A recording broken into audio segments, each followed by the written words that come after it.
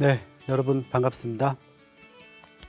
과학 명상과 지혜로운 삶, 오늘은 세 번째, 몸과 마음은 연인이다 하는 제목으로 몸과 마음의 관계, 또 명상과 어떤 관계가 있는가 하는 것을 이야기를 나눠보겠습니다.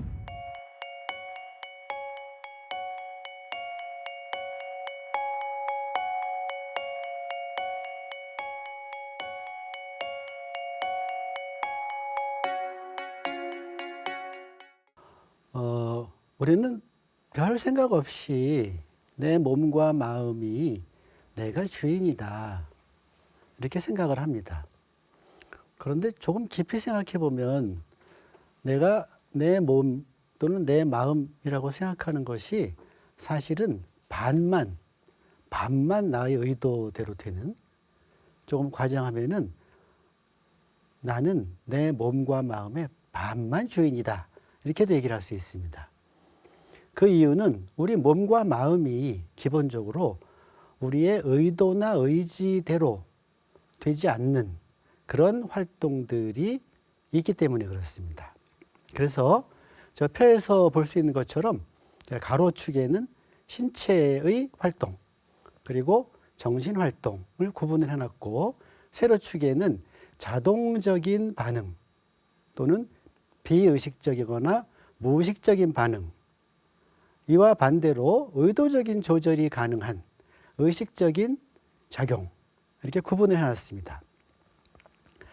이걸 조금 말씀드리면 평소에 그걸 모르고 있었던 건 아니지만 조금 더 명확하게 내가 내 몸과 마음의 온전한 주인이 아니구나 하는 것을 이해할 수 있고, 사실 명상은 모든 명상이 다 그런 건 아닙니다만은 이렇게 자동적으로, 조금 과장하면 지멋대로 작동하는 우리 몸과 지멋대로 작동하는 우리 마음을 나의 깨어있는 의식을 토대로 해서 의도와 의도를 가지고 내가 조절할 수 있는, 즉 내 몸과 마음의 주도권을 회복하기 위한 그런 과정이다, 이렇게도 이야기를 할 수가 있습니다.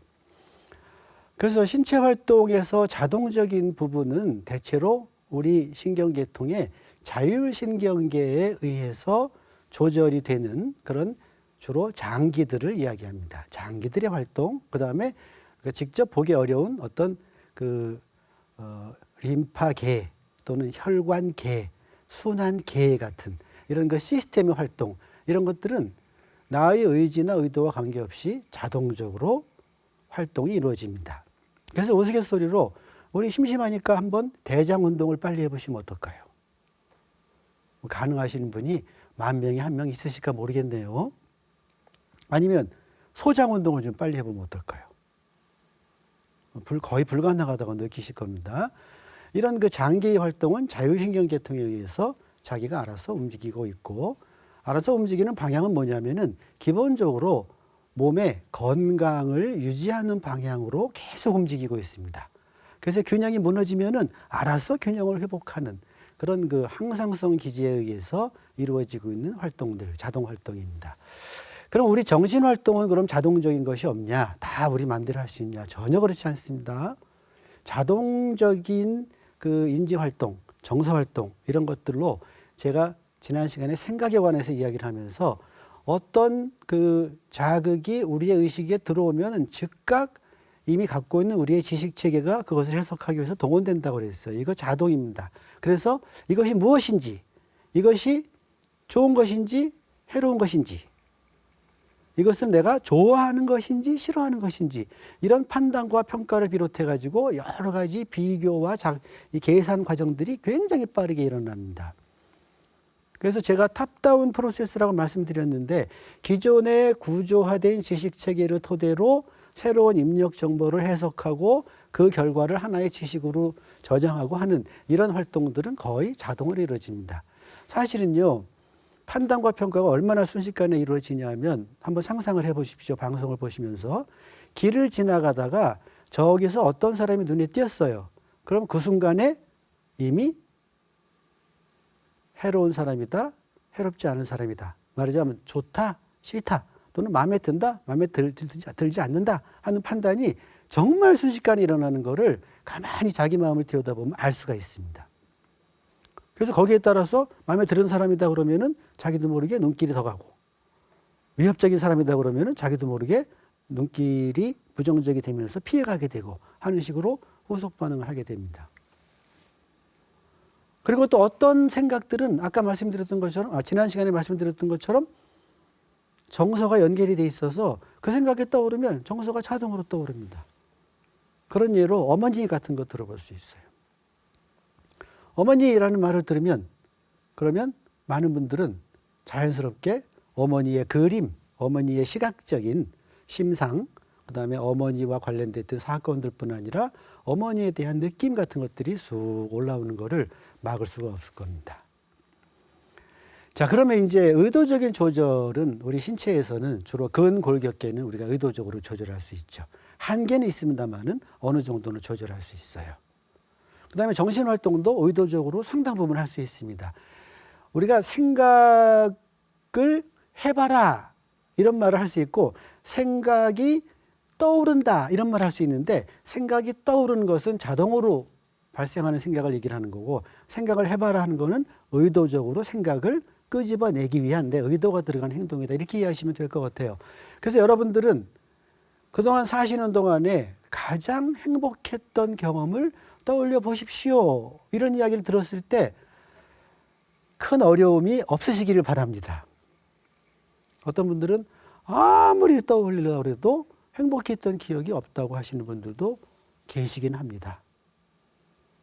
지금 그 얘기를 하려고 했던 건 아니고, 실제로 이렇게 우리는 필요한 기억들을 끄집어낼 수도 있고, 이는 사 이렇게 얘기하면 이는 그러면 사 하고 자동으로 얘기할 수도 있고, 자동이죠. 근데 359 곱하기 370 그러면 자동이 안 되죠.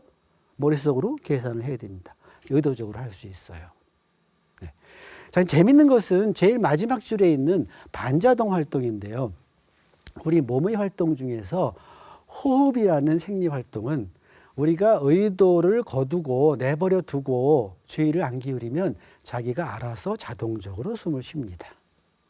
자동입니다. 그렇지만 우리가 의지를 가지고 숨을 내 마음대로 조절할 수 있는 부분이 있어요. 자, 숨을 들이쉬어야 되겠다 하고 의도하면 들이쉴 수 있어요. 천천히 들이셔야지, 또는 빨리 들이셔야지. 들이신 다음에 참을 수 있습니다. 한계는 있습니다만 참을 수 있어요. 내쉴 때 훅 내쉴 수도 있고 천천히 내쉴 수도 있어요. 그래서 이 호흡이라는 신체 활동은 반자동이다. 평소에는 자동이지만 내가 수동으로도 할 수 있다. 자, 여기에 상응하는 우리의 정신 활동의 반자동 활동이 뭐가 있을까 생각해 보면 대표적인 게 어텐션, 주의라고 부르는 것입니다. 이 주의는 평소에는 자동으로 움직입니다. 대체로 외계의 대상들 쪽으로 주의가 잘 가요. 네. 그리고 나의 욕구와 관련된 대상들 쪽으로 주의가 잘 갑니다. 그리고 뭔가 다른 것들에 주의가 잘 갑니다. 이건 자동으로 가는 주의입니다. 그렇지만 내가 의도를 가지고 이제 주의를 내가 조절해야 되겠다. 그래서 주의를 한 군데 모아보자. 그러면 잘 안 되지만 그래도 꽤 모아볼 수 있어요. 주의를 유지해보자. 주의를 딴 데 보내지 않고 이렇게 또 주의를 유지할 수도 있습니다.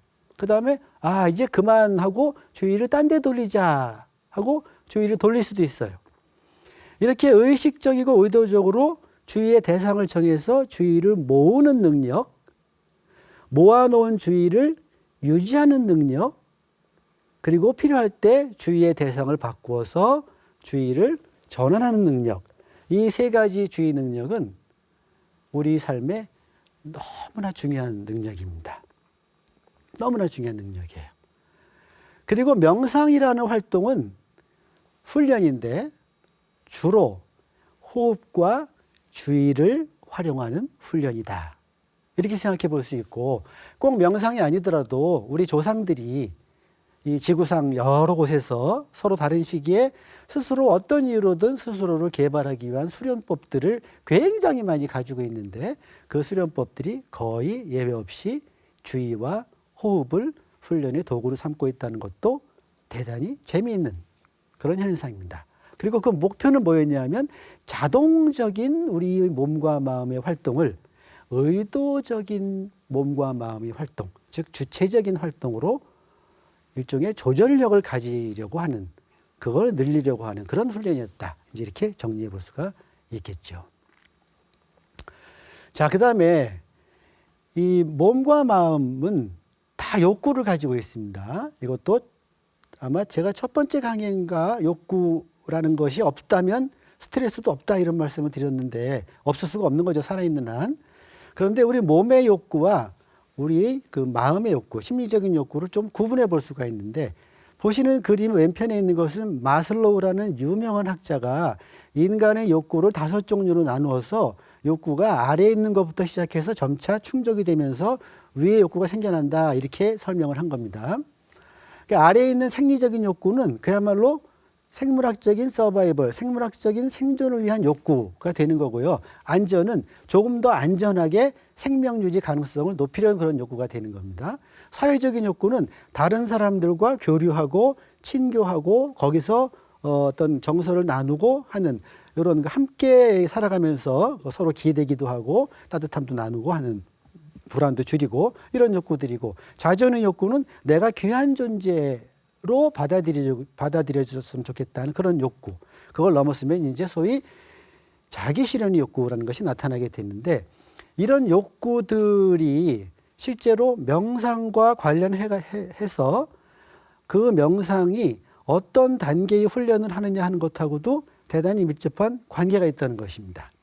그래서 대체로 명상은 기본적으로 신체적인 욕구를 어떻게 조절하느냐 하는 것에서 시작을 해서 심리적인 욕구를 조절하는 쪽으로 명상이 발달을 이제 하게 된다. 개인 수준에서 이렇게 볼 수가 있습니다. 또 한 가지 생각해 볼 수 있는 것은 우리 인간은 안전 욕구나 생리적인 욕구 같은 모든 살아있는 생명체가 가지고 있는 공통적인 욕구를 기본적으로 가지고 있습니다. 그걸 생존의 욕구라고 볼 수가 있는데, 그런데 인간은 다른 동물들과는 달리 그 상위 욕구들을 가지고 있다는 것이 인간과 동물들을 구분하는 굉장히 중요한 부분이 됩니다. 즉 우리는 그저 생명을 유지하는 것, 그 욕구만으로 살지 않습니다. 현대에는 오히려 그 욕구보다도 사회적인 욕구나 자존의 욕구 같은 것들이 훨씬 더 중요할 수 있고, 또 어떤 사람들은 자기 실현의 욕구 같은 것들이 훨씬 중요할 수 있어서 이런 생존이 불가능하다 그러면은 자살을 택할 수도 있고 불행할 수도 있습니다.